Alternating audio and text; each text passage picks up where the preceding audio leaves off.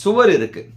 இந்த சுவர்ல நான் இந்த சுவரை பார்த்து இப்போ ஏதோ ஒன்று பேசிக்கிட்டே இருக்கேன்னு வச்சுக்கோங்களேன், அந்த சுவர் ரிப்ளையே பண்ணாது. போடா இந்த சுவர் எதுவும் பேசலை. ஒரு மனிதன் இருக்கான், அவன்கிட்ட போய் நான் பேசுகிறேன், அவனும் எனக்கு எதுவும் ரிப்ளை பண்ணல. அந்த ரிப்ளை பண்ணாதனால அந்த மனிதனோட நான் பேச்சை தொடர மாட்டேன். அதுபோலத்தான் நாம் இங்கே ஒரு சுவரை போலவும் அந்த பேசாத மனிதனை போலவும் இந்த தியானத்தில் முதலில் இருக்க கற்றுக்கொள்ள வேண்டும். அப்போ என்ன நடக்கும்னா, நம்முடைய எண்ணங்கள் நமக்குள்ளே எழுந்தாலும், இப்போ உதாரணத்துக்கு நான் ஏதோ ஒரு விஷயம் ஒரு ஊருக்கு போயிருந்தேன், அந்த ஊரில் நடந்த நிகழ்வுகள்லாம் நாங்கள் உட்காந்துருக்கும் போது வருதுன்னு வச்சுக்கோங்களேன்.